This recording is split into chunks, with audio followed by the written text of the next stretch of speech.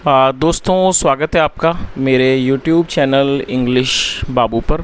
और आज मैं फिर हाजिर हूँ आपके साथ एक नई स्टोरी लेकर। और दोस्तों, आज जो स्टोरी मैं आपके लिए लेकर आया हूँ ये एक शॉर्ट स्टोरी है। बहुत ही मज़ेदार अच्छी कहानी है। कहानी सुनने में आपको मज़ा आएगा। उसके अलावा दोस्तों, आज की इस कहानी में आपको कुछ नए इंग्लिश के वर्ड मीनिंग सीखने को मिलेंगे, उनकी करेक्ट प्रोनाउंसिएशन के बारे में पता चलेगा। और हमेशा की तरह जो इसका ग्रामर का पार्ट है उसे बिल्कुल डिटेल में कवर करेंगे, तो एक एक स्ट्रक्चर को आप बड़ी आसानी से सीख पाएंगे। तो चलिए दोस्तों, आज की इस कहानी को हम शुरू करते हैं। और सबसे पहले कहानी का टाइटल देखते हैं।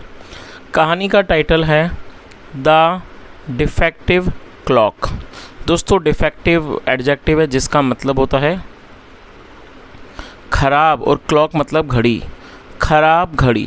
तो दोस्तों, ये आज की इस कहानी का टाइटल है, शीर्षक है। और अब मैं इसे पढ़ना शुरू करता हूँ। आपसे रिक्वेस्ट है कि आप इस कहानी को बिल्कुल ध्यान से सुनें।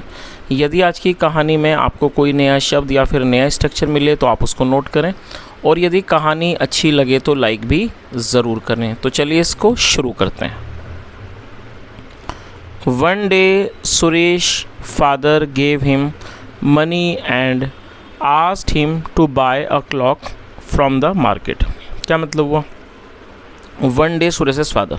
दोस्तों, ये जो वाक्य है ये एक पास्ट इंडेफिनिट का अफर्मेटिव वाक्य है। और जब हम पास्ट इंडेफिनिट में कोई भी अफर्मेटिव का वाक्य बनाते हैं वहाँ वर्ब की सेकंड फॉर्म का यूज़ किया जाता है।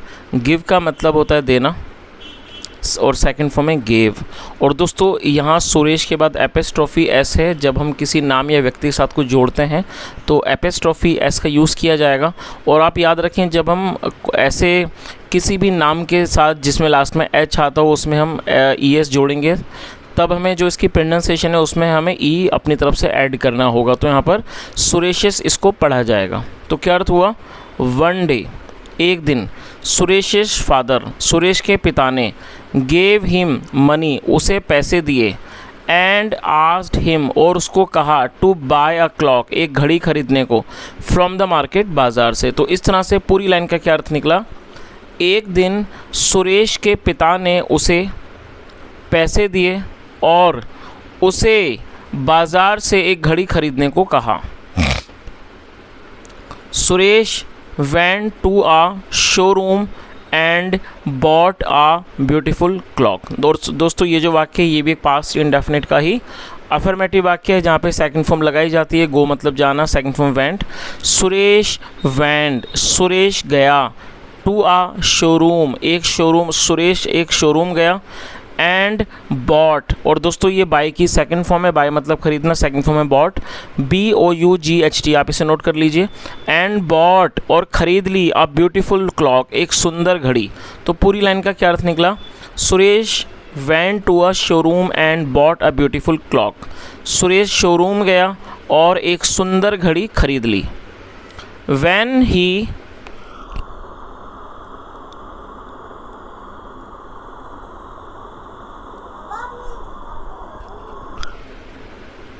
When he reached home, it was 12 o'clock in the afternoon। क्या अर्थ हुआ? When he reached home। दोस्तों, ये जो वाक्य है ये भी एक पास्ट इंडेफिनिट का अफर्मेटिव वाक्य है जहाँ सेकंड फॉर्म लगाई जाती है। रीच का मतलब होता है पहुँचना, आप इसे नोट कर लें, REACH, रीच मतलब होता है पहुँचना, और ये सेकंड फॉर्म है। और दोस्तों, वैन का मतलब होता है कब या फिर जब। ये जो वैन है ये एक इंट्रोगेटिव शब्द है। जब हम कोई इंट्रोगेटिव सेंटेंस बनाएंगे तो वैन का यूज़ किया जाता है। जैसे कोई मैं एग्जांपल देता हूँ, जैसे आप वहाँ कब जाओगे, तो हमें इसमें वैन का यूज़ करना होगा, when will you go there. और दोस्तों, ये एक इंट्रोगेटिव वर्ड होने के साथ साथ ये एक साधारण शब्द भी है, तो यहाँ पर इसको इंट्रोगेटिव वर्ड के रूप में प्रयोग नहीं किया गया, इसे एक अफर्मेटिव सेंटेंस में यूज़ किया गया है। और जब हम इसको अफर्मेटिव में यूज़ करेंगे तो इसका मतलब कब नहीं होगा, इसका मतलब हो जाएगा जब। तो यहाँ इसका क्या अर्थ है? जब। वैन मतलब कि जब। ही रीच्ड होम, जब वह घर पहुँचा। It was 12 o'clock in the afternoon, दोपहर के 12 बज चुके थे। और दोस्तों, ये जो वाक्य है ये एक सिंपल पास्ट का वाक्य है। सिंपल पास्ट का मतलब होता है जब हम पास्ट में कोई ऐसा वाक्य बनाएं जहाँ पर वॉज या वर्ब का यूज़ हेल्पिंग वर्ब के रूप में किया जाता है, साथ में नाउन या फिर एडजेक्टिव को लेकर वाक्य बनाया जाता है। और दोस्तों यहाँ पर मैं आपको एक स्ट्रक्चर यहाँ पर मैंने आपको वैन के बारे में बताया, तो मैं आपको एक वाक्य देता हूँ जहाँ पर वैन का यूज़ आपको करना है और वाक्य को ट्रांसलेट करके कमेंट में आपको बताना है। इसे नोट कर लीजिए। आप मुंबई कब जाओगे? तो दोस्तों आप इस वाक्य को ज़रूर ट्रांसलेट करें और कमेंट में बताएं। आगे देखिए, तो क्या अर्थ हुआ? When he reached home it was 12 o'clock in the afternoon. जब वह घर पहुँचा दोपहर के 12 बज चुके थे। सो इसलिए one hand of the clock, इसलिए वन हैंड, हैंड मतलब हाथ, one hand of the clock मतलब घड़ी का एक हाथ, वॉज ओवर द अदर, वो दूसरे के ऊपर था। और दोस्तों यहाँ पर हैंड लिखा है, आमतौर पर हैंड का मतलब हाथ होता है, लेकिन यहाँ पर क्या बताने की कोशिश की जा रही है, हाथ का मतलब यहाँ पर सुई से है, जो घड़ी की सुई होती है उसको वहाँ मतलब उसी को यहाँ पर हाथ कहा गया है। और जैसा यहाँ पर आप इस चित्र के माध्यम से देख सकते हैं कि ये तीनों लोग इस घड़ी को देख रहे हैं और घड़ी में दोपहर के 12 बजे हैं। वैसे चित्र से तो नहीं पता लग रहा दिन या रात है, लेकिन हमने भी कहानी पढ़ी तो जिससे पता लगा कि दिन के दोपहर के 12 के बारे में बात हो रही है। और यहाँ पर आप देख सकते हैं घड़ी में 12 बजे हैं और दोनों जो सुइयाँ होती हैं सेकंड वाली और आर वाली, वो दोनों एक दूसरे के ऊपर हैं, जिस कारण मतलब कि मिनट और जो घंटे की सुई है वो एक दूसरे के ऊपर है, जिसकी वजह से वो लोग कंफ्यूज हो गए। चलिए आगे देखिए,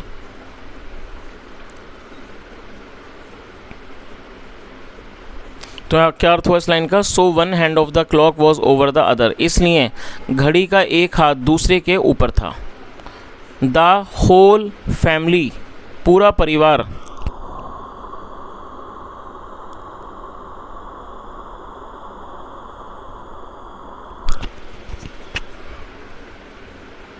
The whole family, including Suresh, thought that the shopkeeper had given him a defective piece. दोस्तों ये जो वाक्य है ये भी पास्ट इंडेफिनिट का वाक्य है, जहाँ पे सेकंड फॉर्म लगाई जाती है। थिंक मतलब सोचना और सेकंड फॉर्म है thought. The whole family, whole मतलब पूरा, पूरे परिवार ने, इंक्लूडिंग सुरेश, सुरेश को मिलाकर, थॉट सोचा, दैट की the shopkeeper had given him a defective piece. दोस्तों ये जो वाक्य है ये एक पास्ट परफेक्ट का वाक्य है। पास्ट परफेक्ट का मतलब होता है पास्ट में किसी क्रिया का पूरा होना, पाया जाना, और पास्ट परफेक्ट में हैड के साथ वर्ब की थर्ड फॉर्म लगाई जाती है। लेकिन दोस्तों यहाँ पर जानने वाली बात यह है कि जब हम कोई ऐसा वाक्य ट्रांसलेट करेंगे जहाँ एक ही वाक्य में पहला भी पास्ट का हो दूसरा भी पास्ट का हो, तो नरेशन के समय हमें जो पहला जो सेंटेंस है वो तो हमें पास्ट में ही ट्रांसलेट करना होगा, लेकिन जो दूसरा सेंटेंस है वो पास्ट में नहीं, वो प्रेजेंट में ट्रांसलेट करेंगे। तो ये है तो पास्ट परफेक्ट में, लेकिन जब हम इसको ट्रांसलेट करेंगे तो हमें प्रेजेंट परफेक्ट में इसको करना होगा। तो इस तरह से पूरी लाइन का क्या अर्थ निकला? The whole family including Suresh thought, पूरे परिवार ने, मतलब कि सुरेश भी शामिल था जिसमें, उसने सोचा दैट कि द शॉपकीपर, दुकानदार ने, had given him a defective piece, दुकानदार ने उसे एक खराब घड़ी दी है। Suresh went to the shop for replacement. दोस्तों ये जो वाक्य ये भी पास्ट इंडेफिनिट का वाक्य है, जहाँ पे सेकंड फॉर्म लगाते हैं, गो मतलब जाना, second form went. Suresh went to the shop, Suresh दुकान पर गया, फॉर रिप्लेसमेंट बदलवाने के लिए। रिप्लेसमेंट का मतलब होता है एक चीज़ के बदले दूसरी चीज़ लेना। तो क्या अर्थ हुआ कि जो सुरेश था वो रिप्लेसमेंट के लिए दुकान पर गया। बाय दैट टाइम, उस समय तक, बाय दैट टाइम मतलब कि उस समय तक, two hands had been separated and were visible. By the time मतलब उस समय तक, टू हैंड्स दोनों हाथ, हैड बीन सेपरेटेड। दोस्तों ये जो सेपरेटेड है ये एडजेक्टिव के तौर पर यहाँ पर प्रयोग किया गया है। सेपरेट का मतलब होता है अलग अलग होना। तो क्या अर्थ हुआ कि उस समय तक दोनों हाथ अलग अलग हो चुके थे, एंड वर विजिबल, विजिबल का मतलब होता है नज़र आना, और वो नज़र आ रहे थे, मतलब वो दिख सकते थे, वो दिख रहे थे। आप इधर हो जाओ। When Suresh realized his foolishness, he felt very embarrassed and returned to his home. दोस्तों रियलाइज़ का अर्थ होता है किसी चीज़ को महसूस करना, किसी बात का बारे में पता चलना, बोध करना, सेकंड फॉर्म रियलाइज्ड। और फुलिशनेस नाउन है जिसका अर्थ होता है मूर्खता। When Suresh realized his foolishness, जब सुरेश को अपनी मूर्खता का एहसास हुआ, he felt very embarrassed. Embarrassed adjective है जिसका मतलब शर्मिंदगी, फील मतलब महसूस करना, और second form felt. He felt very embarrassed उसे बहुत शर्मिंदगी महसूस हुई। And return to his home, और वो अपने घर वापस लौट गया। तो पूरी लाइन का क्या अर्थ निकला? जब सुरेश को अपनी मूर्खता का एहसास हुआ, उसे बहुत शर्मिंदगी हुई और वे अपने घर वापस लौट गया। आगे देखिए, When his family members came to know about their foolishness, they also felt very embarrassed। और दोस्तों इसमें कुछ वर्ड मीनिंग है, मैं चाहूँगा आप ज़रूर नोट करें। देखिए एक शब्द है come to know, पूरा एक ही वर्ब है, इसमें टू है तो आपको ऐसा लगे कि ये दो वर्ब हैं, ऐसा नहीं है। ये come to know एक ही वर्ब है। come to know का मतलब होता है पता चलना, और ये सेकेंड फॉर्म है came to know। तो क्या अर्थ हुआ? वैन, जब हिज फैमिली मेम्बर्स, जब उसके परिवार के सदस्यों को केम टू नो, पता चला, अबाउट देयर फुलिशनेस, अपनी मूर्खता के बारे में। अब देखिए दोस्तों यहाँ पे एक छोटी सी बात मैं आपको बताना चाहूँगा। यहाँ पर जब अपनी के लिए हिज का प्रयोग किया गया था, यहाँ पर देयर का, ऐसा क्यों हुआ दोस्तों? जब कोई यहाँ जो व्यक्ति था, जो सब्जेक्ट था वो एक था और वो मेल था, इसलिए यहाँ पर हिज का यूज़ किया गया है। लेकिन यहाँ पर जो सब्जेक्ट है वो एक से ज़्यादा है, प्लूरल है, और यहाँ प्लूरल के लिए देयर का यूज़ किया गया, जिसका मतलब है उनका, उनकी, या अपना, अपनी, अपने। तो क्या अर्थ हुआ? जब उसके परिवार के सदस्यों को came to know about their foolishness, उसके परिवार के सदस्यों को अपनी मूर्खता का पता चला, they also felt very embarrassed, उन्हें भी बहुत ज़्यादा शर्मिंदगी महसूस हुई। और दोस्तों दे को भी आप नोट कर लें, दे का मतलब होता है वे या फिर वे लोग। जब सब्जेक्ट में एक से ज़्यादा लोग शामिल होते हैं तो दे का यूज़ किया जाता है, जो कि एक प्लूरल नाउन है। चलिए दोस्तों, इस तरह से कहानी यहीं ख़त्म होती है।